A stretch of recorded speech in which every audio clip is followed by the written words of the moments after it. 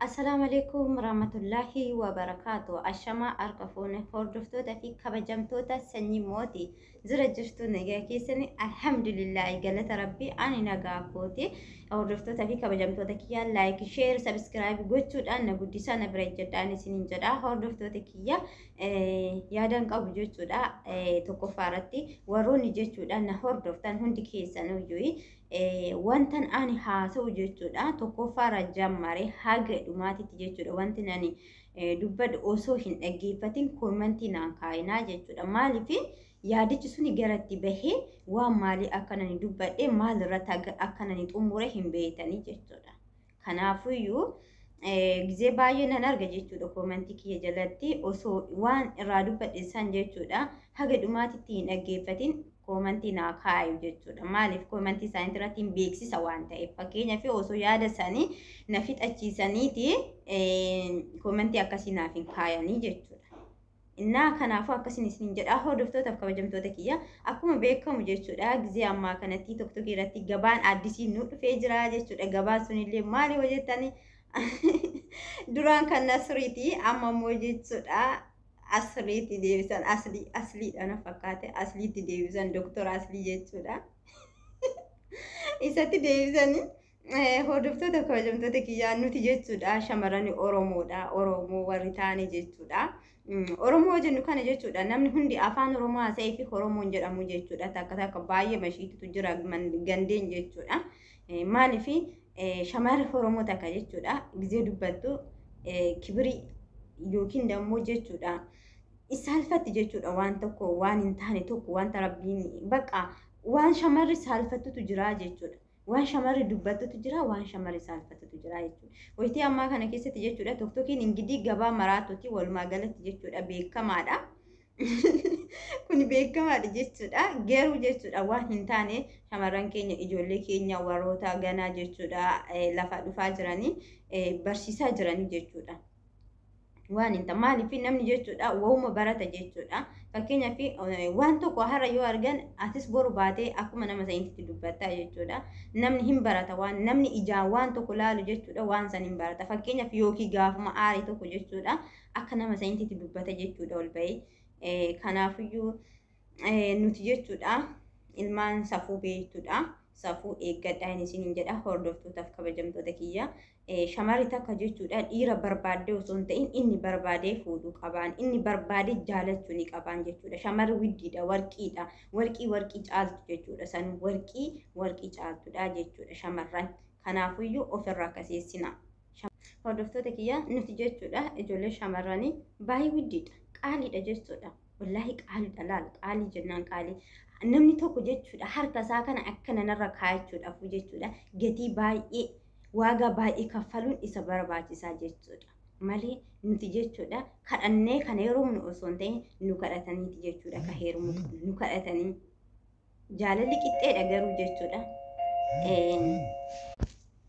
ingidiin intaloo maraatu takka intaloo takkatu natti jechuudha akkasiin hin jaa hordoftoota kiyya kanaafiyyuu jechuudha nuti shamarran widdiidhaa of hin xiqqeessinaa jechuudha nuti dhiira barbaanne osoo hin ta'in isaan nu barbaadanii dhufanii jechuudha nuti shamarran dahaba jechuudha dahaba warqii caaltuudhaan isiniin ja'a ammallee isinitti hime warroonni rakkasni dammoo jechuudha rakkasni rikkaashni isaan shamarran keenyatti yookiin dammoo maqaa shamarranii nyaatan kun jechuudha ol bahanii maqaan balleessan kun kunniin shamaraa miti jechuudha shamara osoo hin ta'in sunniin beerranii jechuudha beerra sunuyyuu bara kibiri qabdi jechuudha beerran hojja'anii kibira qabdi jechuudha beerranummaan kan of xanaqqaqxee jiraatutu jira jechuudha of xanaqqaqxee seeraan jiraatutu jira jechuudha digiskisii marti ol yaate jechuudha maqaa shamarranii nyaatti jechuudha a'uuzu billaahi akkasiin hin jiru hordoftoota kiyya waan akkanaatirraa of eeggadhaa boota akkanaa kan hin deemina silaa ijoolleen keenya waan akkanaa kana hin jaalatan jechuudha hin jaalattu bakka akkanaa kana hin naqinaa jechuudha irraa fagaadhaa wallaahi irraa fagaadhaa waan hin taane isin barsiisan waan ta'eef akkasiin hin jiru hordoftoota kiyya wallaahi baqa safuu eeggadhaame safuu jechuudha mee waa'ee diinii keessanii baradhaa waa'ee diinii keessanii yoo barattan akka taasiftan illee waa hunda isin barsiisa jechuudha wallaahi amantiin waa hedduu si barsiisti jechuudha waa hedduu si barsiisti jechuudha amantiin Kanaafiyyuu amantii keessan jabeeffadhaa, amantii keessan irratti gad dhaabbadhaatii barumsa baradhaa isiniin jedha.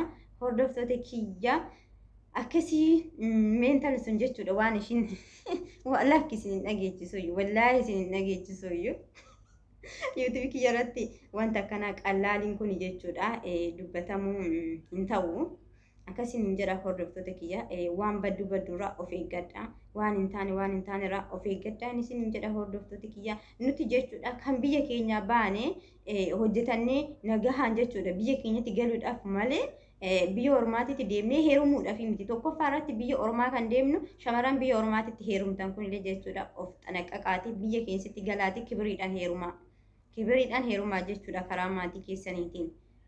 Heerumuudhaaf miti ka biyyaa baatan birrii hojjennee birrii argannaadhaaf hundi keessanuu jechuudha gizee biyyaa baatan heerumuu yoo barbaadan maal gootanii dhuftan biyyatti maraxattanii abbaa barbaadanii shamarran jechuudha biyya ormaatitti heerumtan kuni jaarsa biyyaa hin dhabdani maa biyyaa yaatanii eega heerumuu jechuudha eega Baanglaadeshii eega mindinummaa inni iyyuu jaanka jinkiin jechuudha jaanka jinkiin isin jala deddeemta Suudaanii baqa diqaalaa jechuudha diqaalaa Itoophiyaatti nu galchaa jirtu jechuudha isinillee asumaan of xanaqqaqaa diqaalaa kanaa jechuudha kan biyya nu balleessaa jiru kan safuu nurraa biyya keenyarraa illee safuu fuudhee jechuudha uummata qullaa dhaabaa jiru kan masgiida biyyarraa diigaa jirullee jechuudha kan akkanaa kana jechuudha. Kanaafiyyuu diqaalaa fuutanii biyyatti illee nu galina biyyi keenya jechuudha.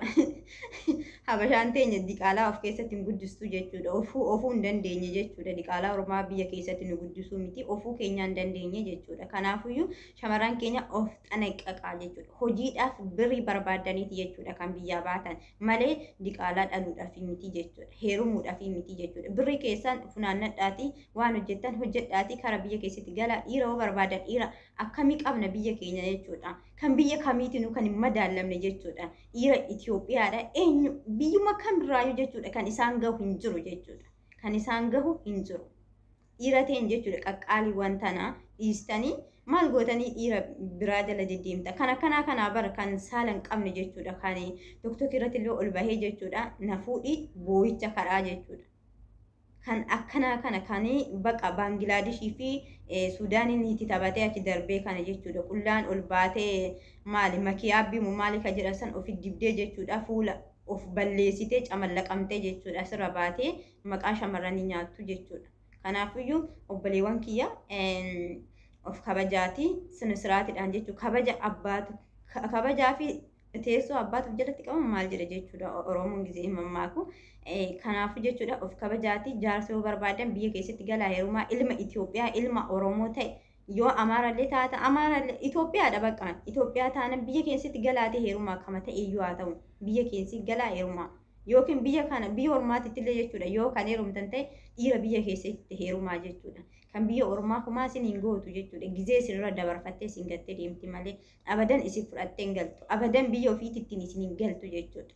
Biyyuma ormaa kanatti isinirraa nyaattee dhuydeetuma jechuudha. Maallaqa keessatti bashannantee yoo isin diqaalaa isaanii garaa kaayattan isin biraa gatanii badanii jechuudha. Uummata nama meeqaa kami jechuudha kan tanaan dura akkasitti bahee jechuun nu gargaara jedhanii karaarra taa'anii boohan. Biyya Beeruutii kana fa'aa jechuudha. Dhugaa rabbii shamarran lamaan arganii kan bu'anii ofii kiyyaayyuu birrii gargaari jechuudha. Ofumaa kiyyaayyuu jechuudha. Garaana nyaatanii. Innaa jechuudha of xanaqqaqaayin isin jedha hordoftoota kiyyaa. Akkasii yoo ani balleessi dammoo jechuudha jecha waan ani dubbadhu kanarratti yoo dogongorri jiraate dhiifama naa godha hordoftoota kabajamtoota kiyya baay'ee isin jaaladha.